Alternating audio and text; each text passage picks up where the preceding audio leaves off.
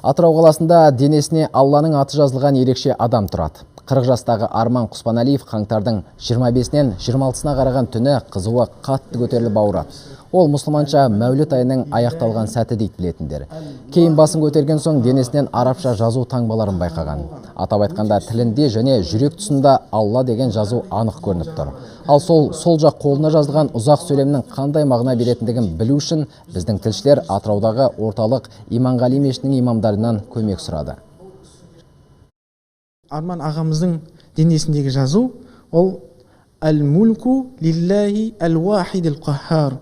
Мағынасы бүкіл мүлік, бүкіл мал-мүлік баршасы аспанда жерде жалғыз болған, өте үстем болған Алланыкі деген мағына білдіреді. Бұл жазудан ешқандай қорқудың қажет жоқ.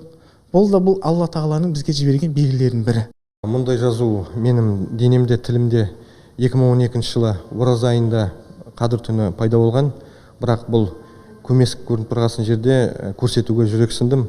Енді мінекей осы 2 жыл өткесін осы денемде 3 жерден анық көрсетіліп тұр. Бұл да осы Алла тағаланың маған берген бір ықыласы шығар. Бір қарапайым адамбыз, енді қасиетіміз жоқ.